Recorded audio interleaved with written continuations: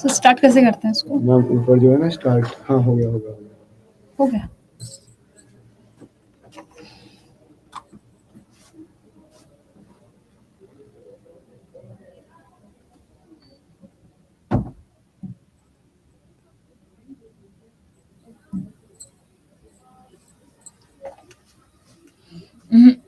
Good afternoon चिरंजीव।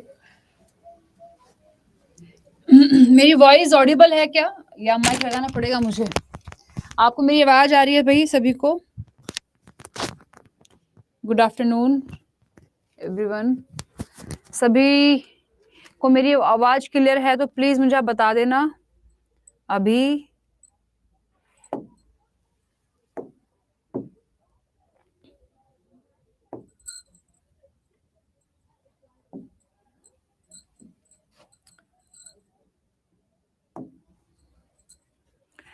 Afternoon Razia, Deepika, नमस्ते, पिंकी, रवि, मोहन। आपने समझे इतनी देर में तो आप सब आई थिंक लंच ही कर पाए होंगे, है ना? क्या बनता है बिहार में मोस्ट इम्पोर्टेंट? क्या बोलते हैं उसे? दाल बाटी चूरमा तो राजस्थान में बनता है। कुछ इम्पोर्टेंट अच्छी डिश बनती है ना बिहार में, वो आटे का बनता है, गोल गोल। सबने लंच वंच कर लिया होगा आपने। चलो, तो बहुत ज्यादा क्लास को डिले ना करते हुए हम क्लास स्टार्ट कर रहे हैं, आपका बैंकिंग का पोर्शन। और बेटा बैंकिंग में अभी जो आपकी क्लास चल रही थी वो आरबीआई चल रही है, और आरबीआई में हम थोड़ा पढ़ रहे थे नोट के बारे में। कई बार क्वेश्चन पूछ लेता है, बताइए। लेट सपोज, हाँ, लिट्टी चोखा, चिट्टी चोखा नहीं, लिट्टी चोखा, लिट्टी चोखा, हाँ लिट्टी चोखा। पिंकी,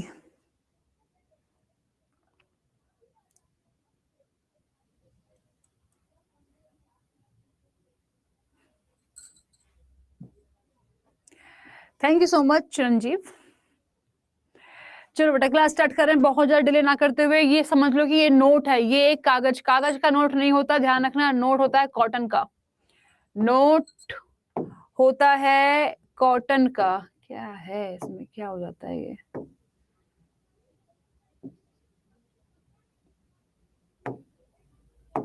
हाँ जी, नोट होता है कॉटन रैग का, पहली बात तो ये है। अब आप ये समझिए कि नोट पे लिखा है, यहाँ एग्जाम्पल लीजिए आप, यहाँ पे लिखा है ₹500। बेटा यहाँ लिखा होता है आई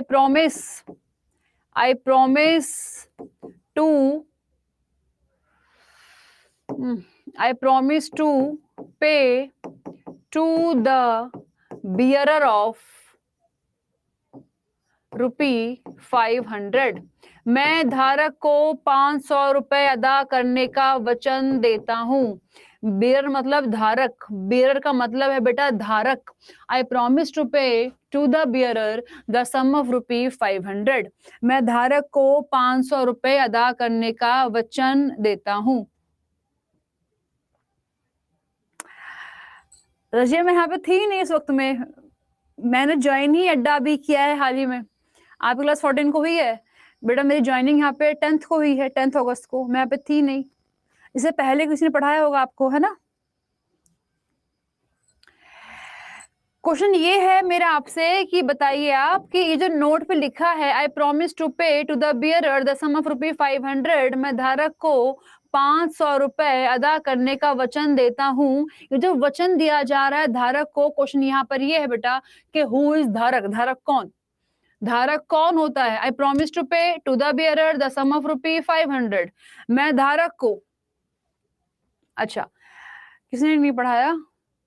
चलो हम सिलेबस को जल्दी खींचेंगे अब, मतलब आपको समझ में भी आएगा और टच में भी हो जाएगा सब कुछ, ठीक है बेटा? यहाँ पे ध्यान रखना, अपने सिग्नेचर करते हैं और प्रॉमिस करते हैं कौन? Governor of RBI, governor of RBI. Note एक ऐसी चीज होती है जिसको मिल जाएगा उसका हो जाएगा। नोट कभी किसी का सगा नहीं है। वही नोट जो आज आपकी पॉकेट में, कल को क्या पता वो कल नोट मेरी पॉकेट में आ जाए। इट मींस नोट एक ऐसी चीज है जिसको भी मिल जाएगा उसका हो जाएगा। अगर कोई नोट आपका कहीं गिर जाए और वो नोट मुझे मिल जाए तो आप ये नहीं कह सकते कि मैडम ये नोट मेरा है। नहीं, नोट जिसको मिलेगा नोट उसका। ठीक है बेटा, धारक को पेबल है। अब ये नोट एक लीगल टेंडर नोट है, इस बात की जो गारंटी है भारतीय सरकार, केंद्रीय सरकार द्वारा प्रत्याभूत। अगर आप नोट पे देखोगे तो नोट पर एक गारंटी भी दे रखी है बेटा, नोट पर एक गारंटी है केंद्र सरकार द्वारा प्रत्याभूत। मतलब कौन देती है गारंटी? केंद्र सरकार। देश की केंद्रीय सरकार नोट पर गारंटी देती है।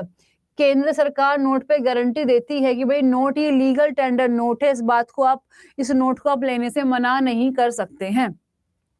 देखो सिंपल सी बात है, ये जो भी नोट आरबीआई छापता है, भाई जो भी नोट आरबीआई ने छापे हैं बेटा वो लीगल टेंडर तो है ही, वो सभी नोट लीगल टेंडर तो है ही।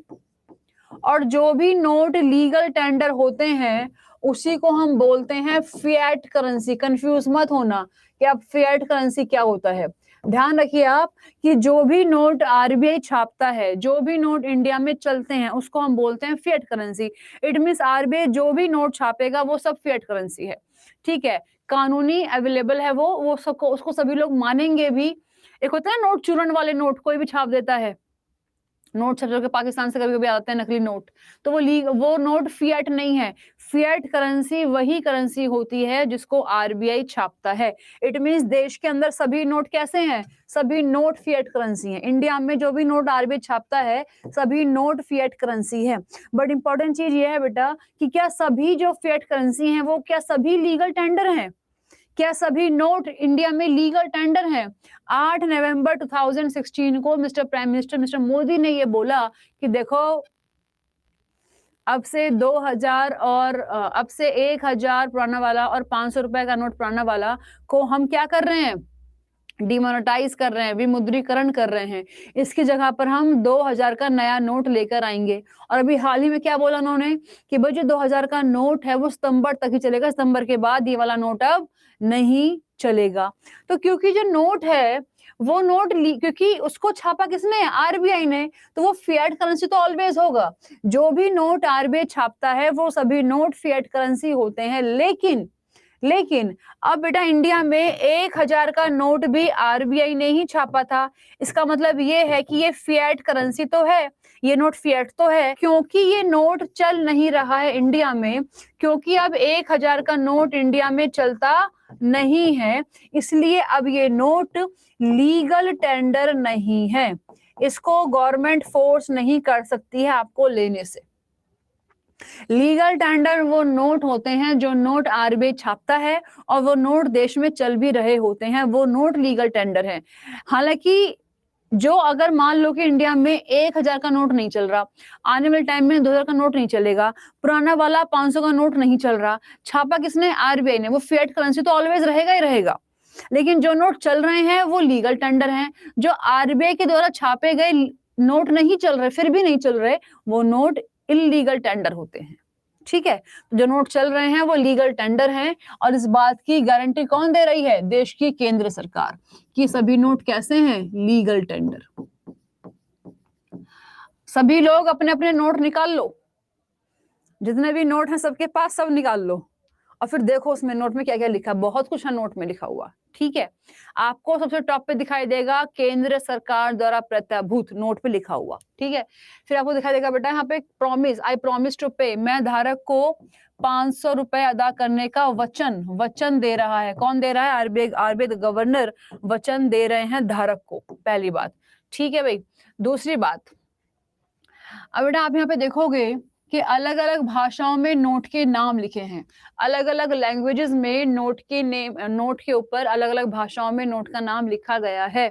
मेरा आपसे ये क्वेश्चन है कि भाई आप मुझे बता दीजिए कि सबसे ऊपर जो नोट है वो कौन सी लैंग्वेज, कौन सी भाषा में लिखा है। मैं आपको बता दूं कि इस बॉक्स में बेटा, इस पूरे पैनल में 15 लैंग्वेज होती हैं, 15 भाषाओं में नोट होते हैं। पूरे बॉक्स में 15 लैंग्वेज हैं। और क्योंकि इस बॉक्स में हिंदी इंग्लिश नहीं है, लेकिन हिंदी इंग्लिश नोट पे तो होती है। अगर कोई पूछे बताओ कि नोट पे कुल भाषाएं कितनी हैं, तो टोटल लैंग्वेजेस, कुल नोट पर कितनी भाषाएं हैं, आप क्या बोलेंगे कि भाई कुल नोट पर तो 17 भाषाएं हैं, लेकिन उस बॉक्स में 15 भाषाएं हैं। सबसे ऊपर जो भाषा है वो असमी लैंग्वेज में है, असमिया, वो असमिया भाषा में नोट का नाम लिखा है। और बेटा सबसे नीचे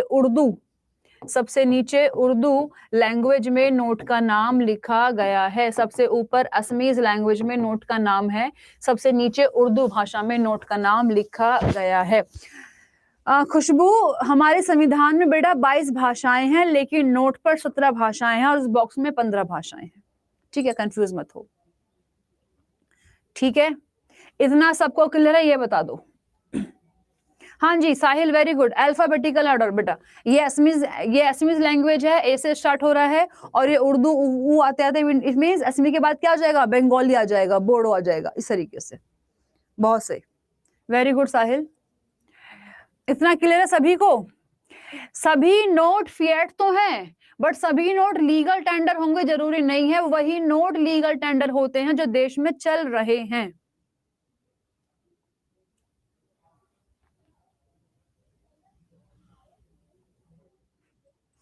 अरे एग्जाम में आ जाता है,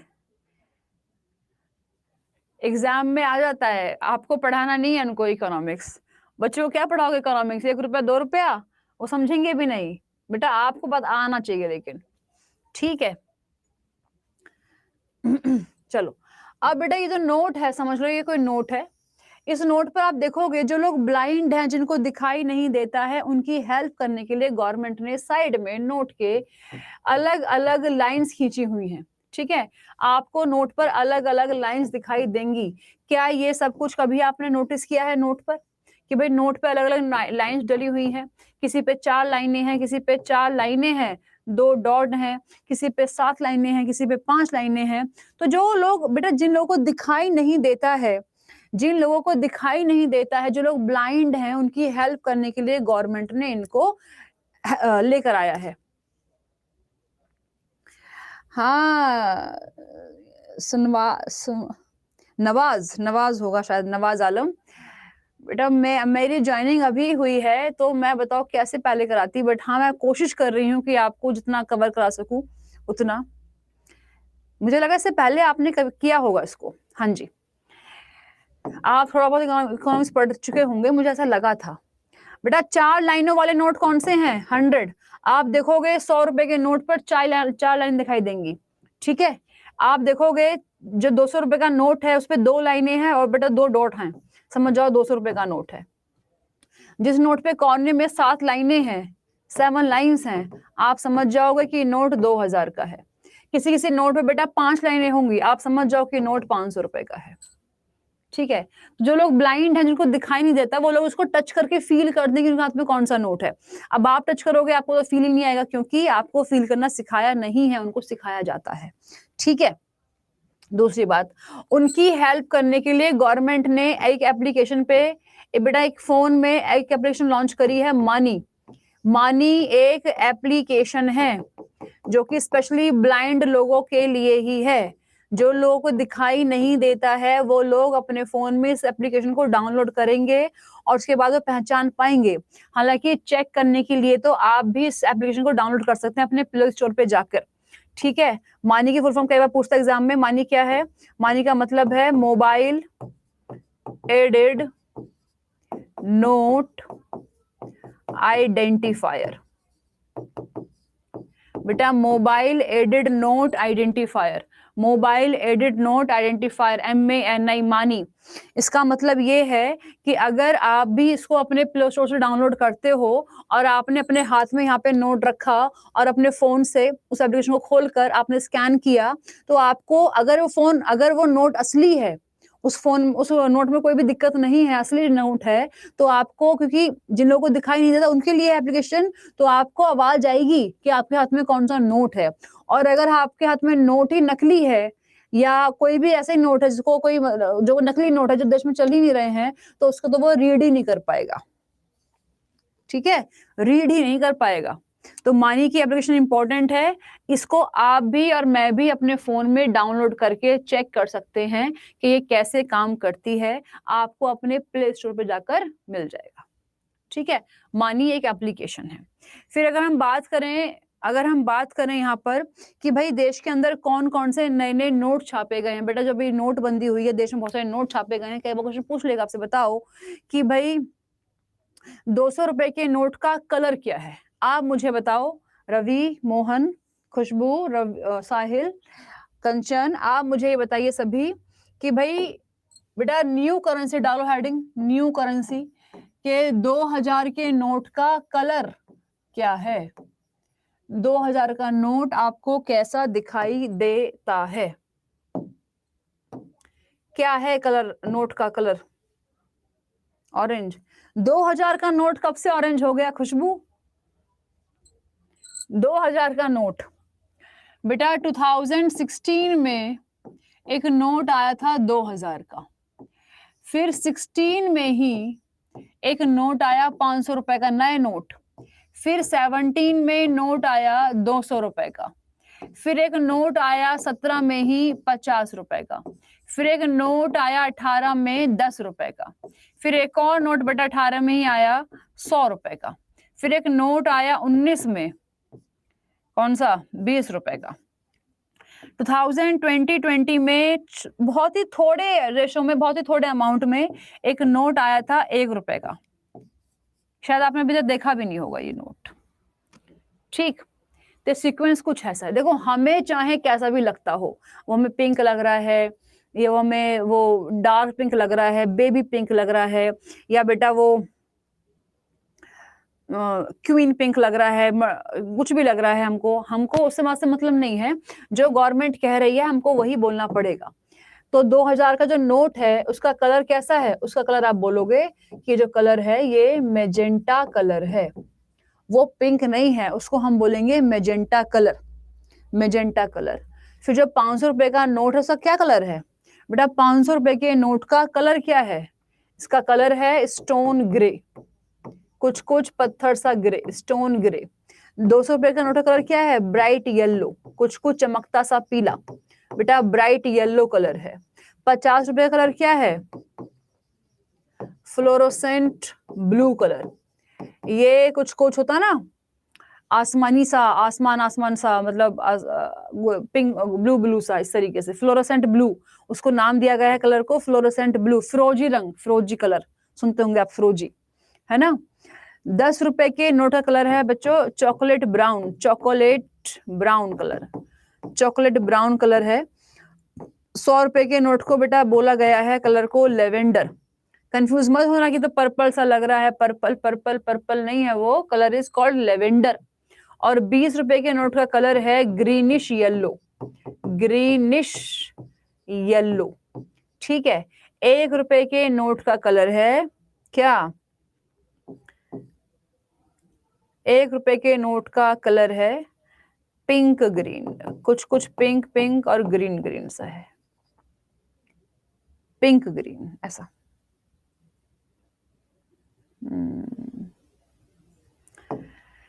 फिर आपसे क्वेश्चन पूछ लेगा कि बताइए नोट पे डिजाइन क्या बना हुआ है, मोटिव क्या है? नोट पे जो डिजाइन बनाया गया है वो डिजाइन क्या है? नोट का डिजाइन बताइए आप। बेटा 2000 के नोट पे, वेरी गुड नुसरत, 2000 के नोट पे क्या बना है डिजाइन? डिजाइन क्या बना है? तो आप क्या बोलोगे कि भाई मार्स ऑर्बिट बना हुआ है, मंगलयान। 2000 के नोट पर मार्स ऑर्बिट है, मंगलयान है। 500 रुपए के नोट पे क्या बना है? रेड फोर्ट, जो कि बिल्कुल भी लाल दिखता नहीं है, रेड फोर्ट। 200 रुपए के नोट पे क्या बना हुआ है? बेटा इस पे बना हुआ है सांची टॉम, सांची, सांची स्तूप। कहाँ सांची स्तूप कहाँ है? मध्य प्रदेश। 50 रुपए के नोट पे क्या बना हुआ है? हम्पी, हम्पी विद चैरियट, रथ पे रखे हुए कुछ हम्पी के अवशेष हैं, हम्पी विद चैरियट। चैरियट क्या होता है? रथ। कुछ अवशेष हैं, कुछ पत्थर रखे गए हैं हम्पी के। हम्पी एक जगह का नाम है विजयनगर में, जो कि साउथ इंडिया में है। 10 रुपए के नोट पे क्या बना है? सन टेम्पल, सूर्य मंदिर, सन टेम्पल बना है 10 रुपए के नोट पे। कहाँ? कोणार्क में है ये। कोणार्क कहाँ पर है बेटा? कोणार्क इज इन ओडिशा, कोणार्क होगा ओडिशा में। उसके बाद है कि भाई 100 रुपए के नोट पे क्या बना हुआ है? 100 रुपए के नोट पे डिजाइन है क्या? रानी की वाव, रानी की वाव गुजरात में। 20 रुपए के नोट पे बना हुआ है क्या? एलोरा केव्स, एलोरा की गुफाएं, एलोरा केव्स बना हुआ है, ठीक है। और 1 रुपए के नोट पे बना है सागर सम्राट, सागर सम्राट ऑयल रिग। एक ये ऑयल रिफाइनरी है जहाँ पे ऑयल को निकालते हैं, तेल को रिफाइन करते हैं, उसका नाम है इंडिया में सागर सम्राट। उसी की फोटो छापी गई है 1 रुपए के नोट पर। एंड यहाँ पे आपको देखने को मिलेगा Ashoka pillar, Ashoka pillar, Ashoka pillar. Very good, good Khushboo, Chiranjeev, बहुत सही।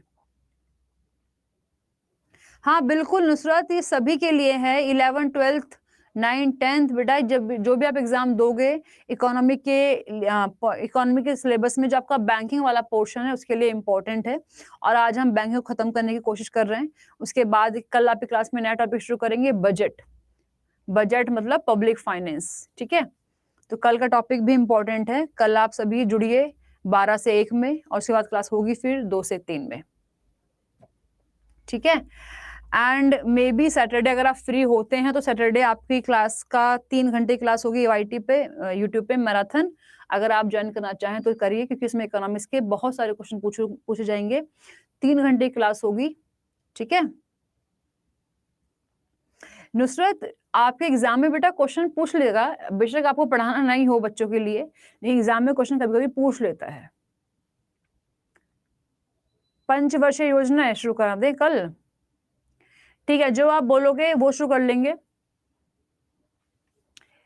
खुशबू पे टाइम कंफर्म नहीं हुआ है, मैं आपको कल तक बता दूंगी टाइम, ठीक है। कल पंचवर्षीय योजना शुरू कर लें क्या? अगर आप बोलोगे तो योजना शुरू कर देंगे, आप बोलोगे तो बजट शुरू कर देंगे, लेकिन जो इंपॉर्टेंट टॉपिक एग्जाम के लिए वही शुरू कर देंगे, कोई बात नहीं है, ठीक है। ठीक है बेटा, हालांकि इसका जो डेनोमिनेशन है, जो इसका मेजरमेंट है, वो भी पूछ लेता है कभी कभी। तो वैसे तो पूछेगा नहीं, आप एग्जाम में इतना पूछेगा ही नहीं, ठीक है। बट अगर पूछ भी लेगा तो आपको पता होना चाहिए कि भाई जो 2000 का नोट है, इसकी लंबाई चौड़ाई बेटा 166 मिलीमीटर इंटू 66 मिलीमीटर है। उसके बाद है 500 रुपए का नोट, इसकी जो लंबाई है वो 150 मिलीमीटर है और चौड़ाई इसकी 66 मिलीमीटर है। उसके बाद 200 रुपए का नोट है जो कि 146 mm इंटू 66 mm का है, mm मतलब मिलीमीटर। 50 रुपए के नोट का जो साइज है वो 135 मिलीमीटर इंटू 66 मिलीमीटर है, ठीक है बेटा। फिर 10 रुपए के नोट का जो साइज है, 10 रुपए के नोट का साइज वो 123 मिलीमीटर इंटू 60, इसकी चौड़ाई भी कम है 63 मिलीमीटर, इसकी चौड़ाई भी कम है 63, बाकी सबकी सेम है, ठीक है। फिर जो 20 रुपए का फिर जो 100 रुपीज का नोट है, फिर जो 100 रुपीज का नोट है उसकी लंबाई है 142 mm इंटू 66 mm। फिर जो 20 रुपए का नोट है उसकी लंबाई चौड़ाई इसकी है 129 mm इंटू 63 mm। उसके बाद 1 रुपए का नोट का 97 मिलीमीटर इंटू 63 मिलीमीटर है,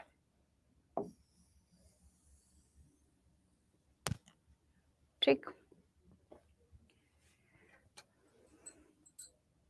हाँ पिंकी, जो MCQs होंगे वो बेटा दोनों भाषाओं में है, दोनों लैंग्वेज में, हिंदी इंग्लिश बायलैंग्वेज है।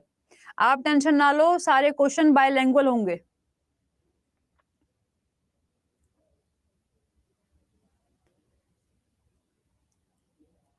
चिरंजीव आप क्या कह रहे हो? एक क्वेश्चन क्वेन 200 का 200 रुपए का कॉइन है, 20 रुपए का कॉइन है, 20 रुपए का सिक्का अब आने लगा है, बहुत ही कम क्वांटिटी में आ रहा है। लेकिन देखो बेटा समझना,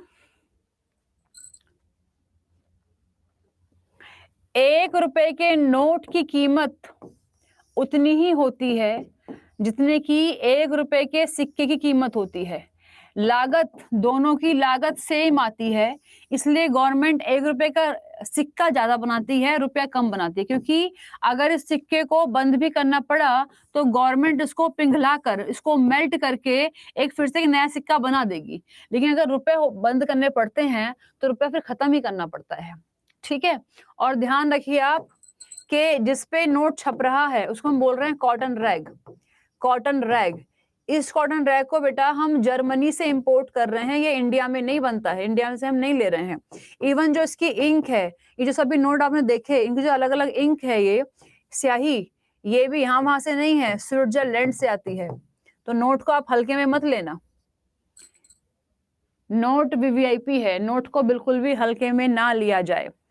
हाँ, अभी साहिल सितंबर तक चलेगा, 2000 का नोट अभी सितंबर तक चलेगा, ठीक है, बैन नहीं हुआ है, गवर्नमेंट उसको वापस ले रही है, ठीक है, सितंबर के एंड के बाद खत्म हो जाएगा। हाँ, वेरी गुड। और ध्यान रखिए, 1-2000 के नोट को छापने में आरबीआई को जो लागत आती है बेटा, वो कितनी है, वो लगभग उसको 3 रुपए 54 पैसा कॉस्ट आती है। एक 2000 के नोट को छापने में आरबीआई को लगभग 3 रुपया 54 पैसा कॉस्ट आती है, जबकि एक 10 रुपए के सिक्के को बनाने में गवर्नमेंट को 6 रुपया 10 पैसा की लागत आती है, 6 रुपया 10 पैसा की कॉस्ट आती है, ठीक है। इट मीन सिक्का ज्यादा महंगा बनता है किससे, रुपए से, इसलिए सिक्के को गवर्नमेंट अपनी एसेट मानती है, संपत्ति मानती है, ठीक है, ठीक है, यहां तक सभी को।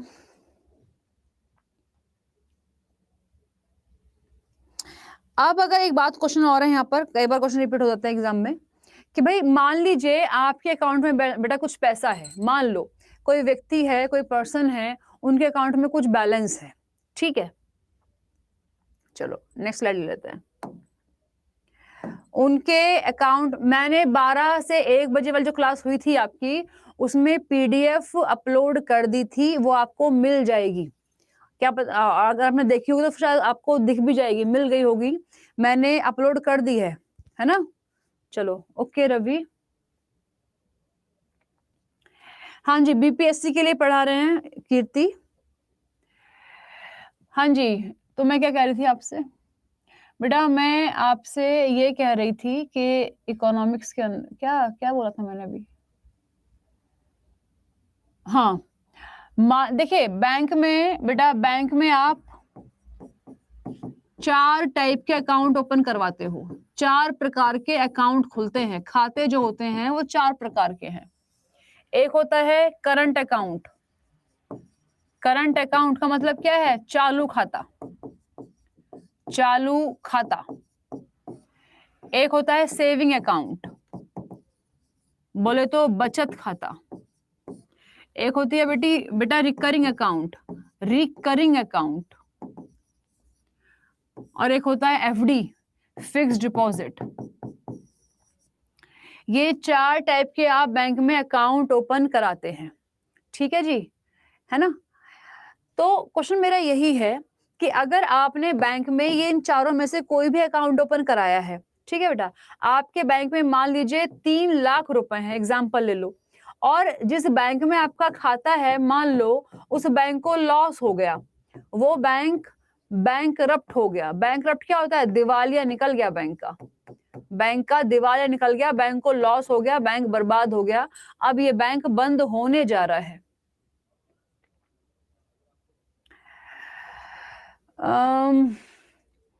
बेटा पीआरटी में एक इक्का दुक्का क्वेश्चन आ जाएंगे, लेकिन ये आपको हेल्प करेगा, एक बार मैं चेक कर लूंगी फिर भी।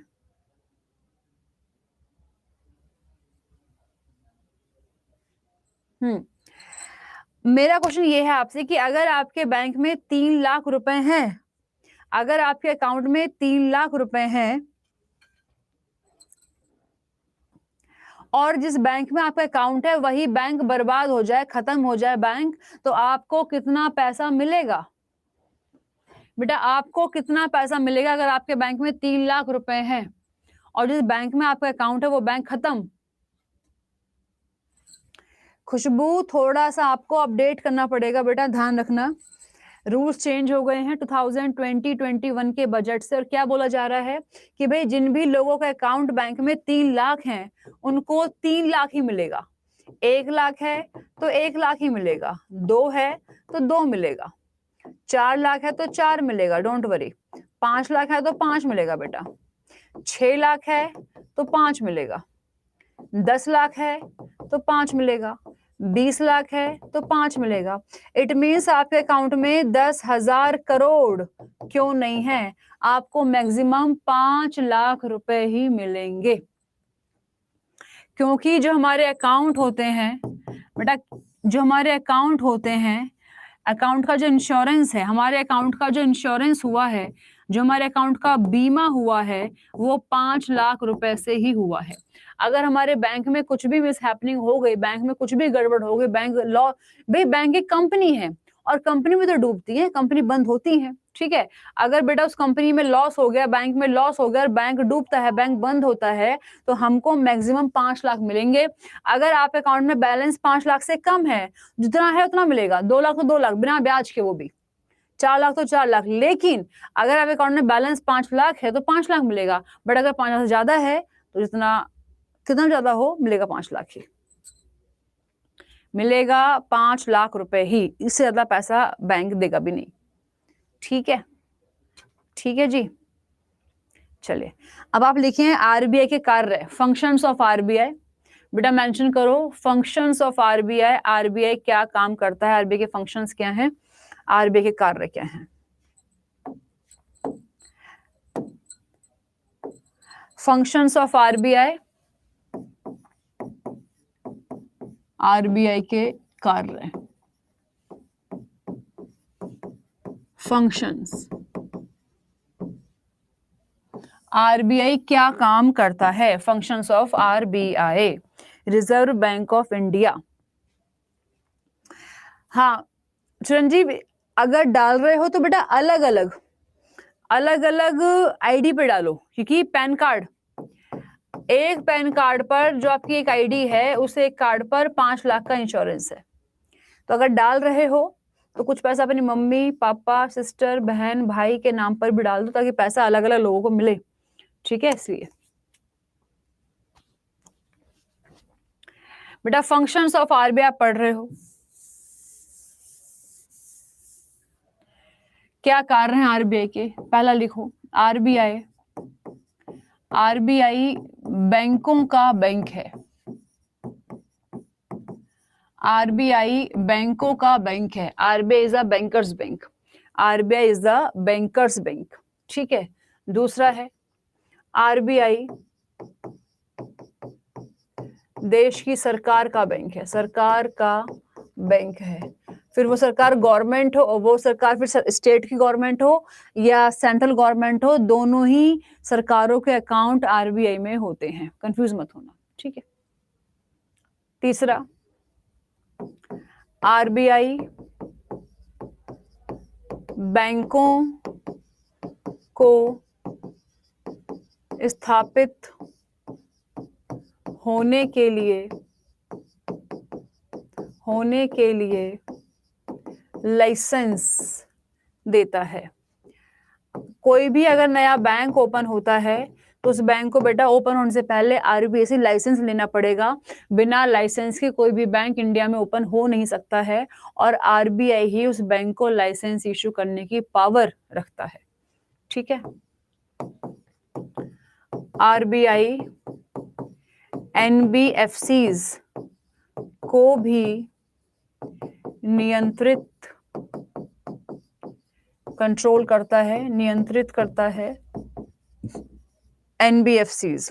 बेटा अब ये एनबीएफसी का क्या फंडा है, व्हाट इज एनबीएफसी, इसका मतलब है non banking finance company. Non banking finance company एक ऐसी कंपनी जो बैंक तो नहीं है बट फिर भी बैंक जैसा काम कर रही है। एक ऐसी कंपनी जो बैंक नहीं है फिर भी बैंक जैसे या बैंक वाले काम कर रही है, ऐसी कंपनी को हम क्या बोलेंगे, NBFC, non banking finance company. जैसे कि आपने सुना होगा मुथूट फाइनेंस को, सुना है कि नहीं, मुथूट मुथूट मुथूट मुथूट फाइनेंस। बेटा मुथूट कोई बैंक नहीं है, मुथूट कोई बैंक नहीं है, लेकिन फिर भी मुथूट बैंक जैसे काम करता है। ये आपको गोल्ड पे लोन देता है, ठीक है। ये कोई बैंक तो है नहीं, फिर एक कंपनी है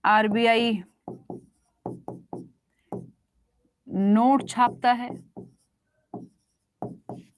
आरबीआई नोट छापता है और पब्लिक में देता है बैंकों के द्वारा।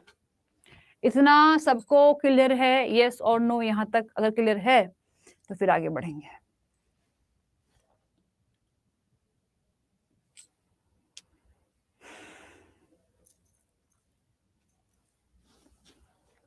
चलिए जी, बहुत सही।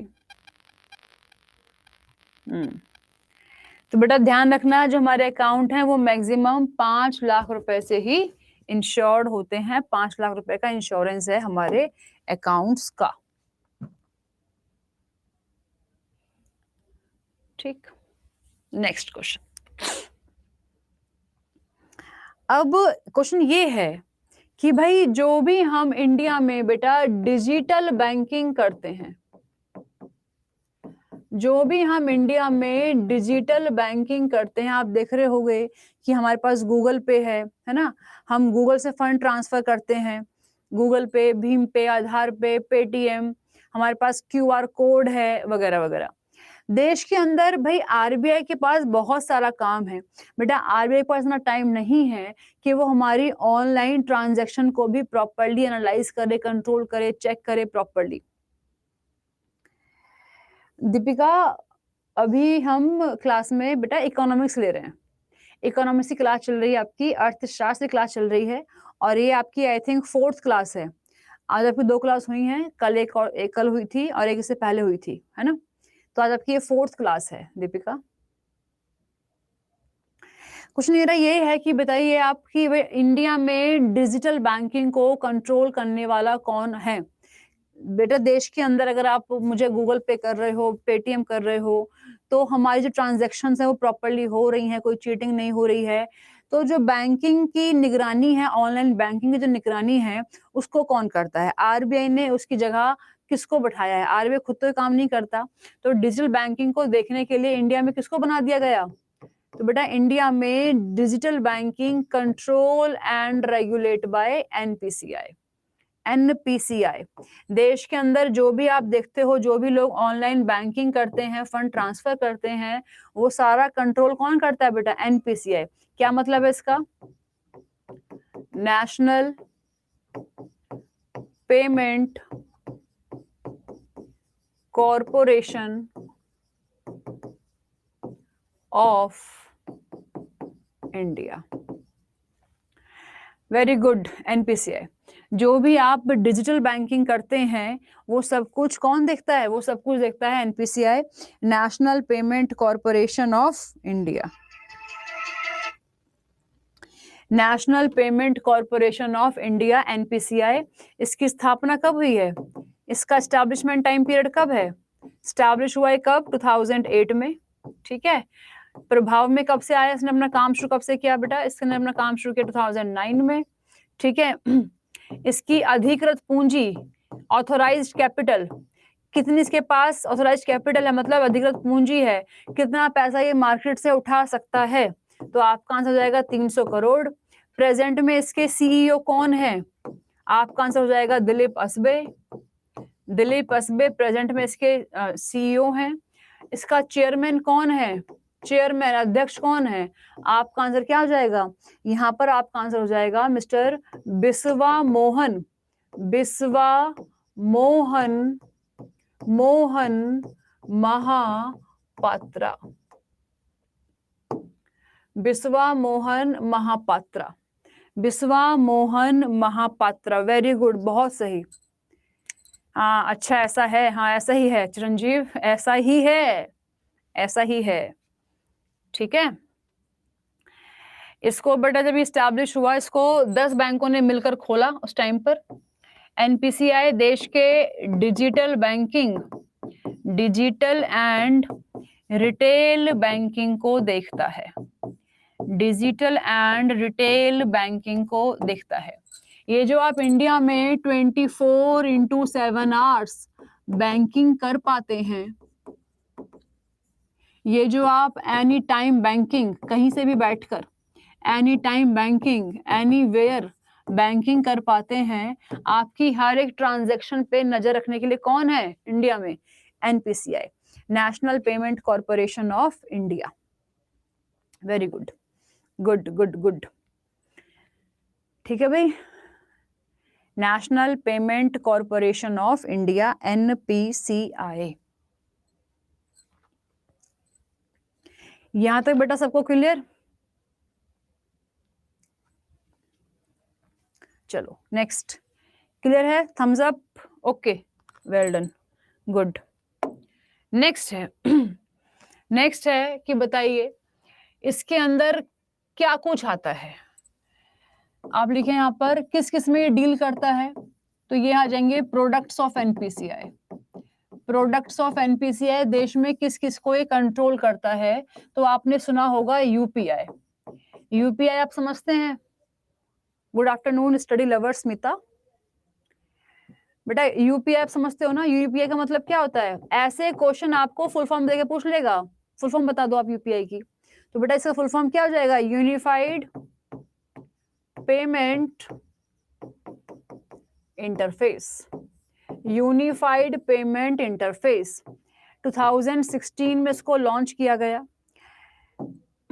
ये जो आप कर रहे हो ना आजकल गूगल पे, भीम पे, आधार पे, ये सब कुछ क्या है? ये सब कुछ यूपीआई कर रहे हो आप, ठीक है? तो यहां पर आप मिनिमम 1 रुपया और मैक्सिमम 1 लाख रुपए तक फंड ट्रांसफर कर सकते हो, आपस में लेन देन कर सकते हो, ठीक है?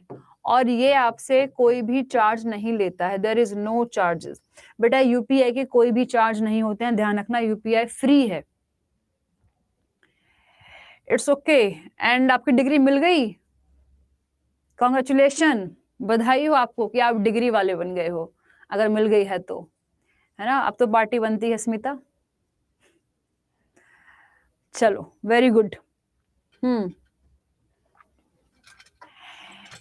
बेटा ट्रांजैक्शन जब करोगे तो नेट यूज होगा, सॉफ्टवेयर यूज होगा, उसका पैसा मिलता है बैंक से इस ट्रांजैक्शन को करने के लिए। थोड़ा समझो देखो समझो मैं क्या कह रही हूँ।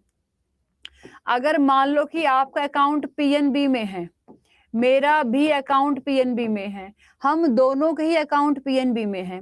अगर आप मुझे, मैं दिल्ली में हूं, आप बिहार में हैं, या मैं आपको फंड ट्रांसफर करते हैं, आपका अकाउंट मान लो पीएनबी के बिहार ब्रांच में है, मेरा अकाउंट मान लो पीएनबी के दिल्ली ब्रांच में है, आप मुझे और मैं आपको अगर फंड ट्रांसफर करते हैं, इसका मतलब ये है कि हम क्या कर रहे हैं? हम यहाँ पर कर रहे हैं इंट्रा बैंकिंग। बेटा this is called intra banking, इसको हम क्या बोलेंगे? This is called intra banking. लेकिन मान लो ऐसा कि आपका अकाउंट तो एसबीआई में है बिहार ब्रांच में, मेरा अकाउंट मान लो एक्सिस बैंक में है दिल्ली ब्रांच में, और अगर आप मुझे या मैं आपको फंड ट्रांसफर करते हैं, इसका मतलब ये है कि हम यहाँ पर इंटर बैंकिंग कर रहे हैं। This is called inter banking. अब इंपॉर्टेंट चीज ये है कि एनपीसी यूपीआई में आप कुछ भी करो, आप इंट्रा करो या आप इंटर करो, all transactions are free. Otherwise मैं आपको बता दूं, एक सेकेंड, ये इंटर है, इंटर बैंकिंग। अदरवाइज मैं आपको बता दूं कि इंटर बैंक के बेटा चार्जेस होते हैं, इंटर के चार्ज नहीं होते, ये फ्री होती है। अगर आप सेम बैंक में फंड ट्रांसफर करेंगे तो बैंक आपसे कोई भी चार्ज नहीं लेगा, कोई भी चार्ज नहीं लेगा। लेकिन अगर आप अलग अलग बैंक में आपके अकाउंट हैं, आप वहां से फंड ट्रांसफर करोगे तो बैंक आपसे चार्ज लेता है। लेकिन यूपीआई में क्या है कि आप इंट्रा बैंकिंग करो, आप इंटर बैंकिंग करो, देयर इज नो चार्जेस, इसका कोई भी चार्ज नहीं होता है, there is no charges, no no no. तो यूपीआई किसके अंडर में काम करता है? एनपीसीआई के अंडर में। यूपीआई एनपीसीआई के अंडर में ही काम करता है, national payment corporation of India. इतना क्लियर है सभी को? सभी को क्लियर है? अगर क्लियर है तो थम्स अप करो और आगे बढ़ो। क्लियर है बेटा? डीडीयू जीकेपी, ये क्या है? गोरखपुर है क्या ये? जीकेपी गोरखपुर। और डीडी क्या है? दीनदयाल यूनिवर्सिटी तो नहीं है ये? चलो बहुत सही। और क्या आएगा इसमें? एक तो होगा यूपीआई, ठीक है, वेरी गुड। रंगीता, रंगीता, रंगीता। अच्छा बेटा, एक आपने सुना होगा क्यूआर कोड, देखा है ना क्यूआर कोड? ये जापानीज टेक्नोलॉजी है, आपको दिखता होगा, black black white white colour कुछ कुछ जिगजैग होते हैं, आप ऐसे हल्का सा फोन करते हो, टक पेमेंट डन। हल्का सा फोन ऑन किया, स्कैन किया, पेमेंट डन, टक हो गया, मतलब खत्म काम। ये क्यूआर कोड। क्यूआर का फुल फॉर्म क्या है? क्यूआर मीन्स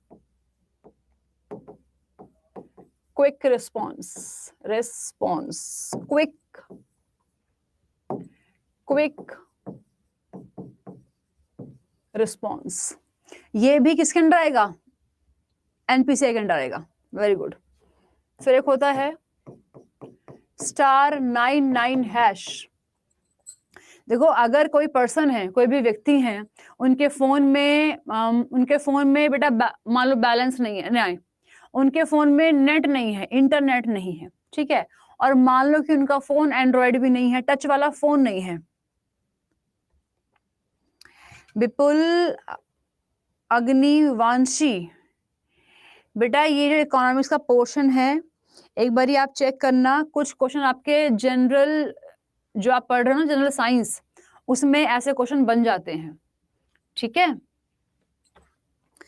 उसमें ऐसे क्वेश्चन आ जाते हैं। तो ये आपका जो हम पढ़ रहे हैं, बहुत ही हाई लेवल भी नहीं है इकोनॉमिक्स के अंदर, बहुत ही लो लेवल भी नहीं है, आप एग्जाम के पॉइंट ऑफ व्यू से इंपॉर्टेंट है, ठीक है।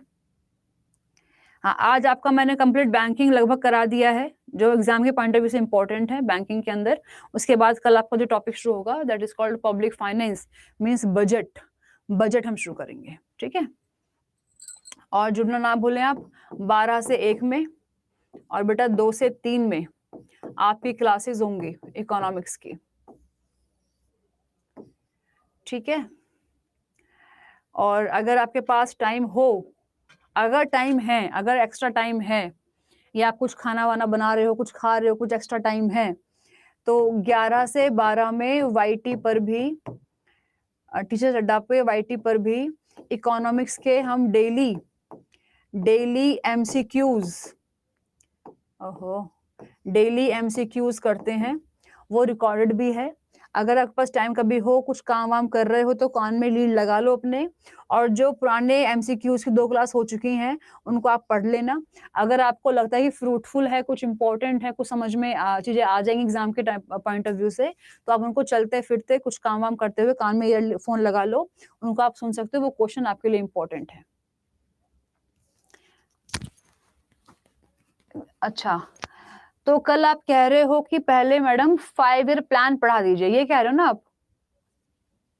पहले 5 ईयर प्लान, ठीक है। तो आज आपकी क्लास का टाइमिंग भी वाइंड अप हो गया बेटा, ठीक है। तो कल की जो क्लास होगी वो पंचवर्षीय योजनाओं पे आधारित क्लास होगी, ओके। आपकी क्लास में कल हम 5 ईयर प्लान, कल की जो क्लास है बेटा, वो पंचवर्षीय योजनाएं 5 ईयर प्लान पर बेस्ड है, 5 year plan and NITI Aayog, ये हम करेंगे कल, ठीक है। 2 घंटे क्लास होगी आपकी, 12 to 1 में और 2 to 3 में। और जिनको एमसीक्यूज एक बार रिवाइज करने हैं इसके, तो वो 11 से 12 में वाईटी पे कौन सी क्लास चलती हैं, आप रिकॉर्डिंग बात की चेक कर लेना, उसके बाद टॉपिक खत्म करेंगे, ठीक है जी। बीएड वालों के लिए भी खुश खबरें निकल के आ रही है एनसीटीसी। हाँ हाँ हाँ हाँ, बजट से पूछता, बजट भी कराएंगे परसों। सो बेटा आज के लिए thank you so much, all the best, good luck, और आप अपने एग्जाम अच्छे से देकर आओ, है ना, खूब पढ़ो, बंगाल में क्या बोलते हैं, भालो माशी, ऐसा। चलो फिर, okay, thank you very much, all the best, good luck, ठीक है। मधुमाला, मैं ट्राई करूंगी कि मैं हिंदी में लिख दूं, हालांकि मैं बोलती बहुत हूँ हिंदी में, बट मैं लिखने की कोशिश कर रही हूँ हिंदी में, कभी कभी मेरी स्पेलिंग मिस्टेक हो जाती हैं, बट मैं उस पर काम कर रही हूँ बेटा, धीरे धीरे मैं हिंदी में सीख लूंगी प्रॉपर लिखना, ठीक है। चलो ओके, तो thank you very much, thank you so much.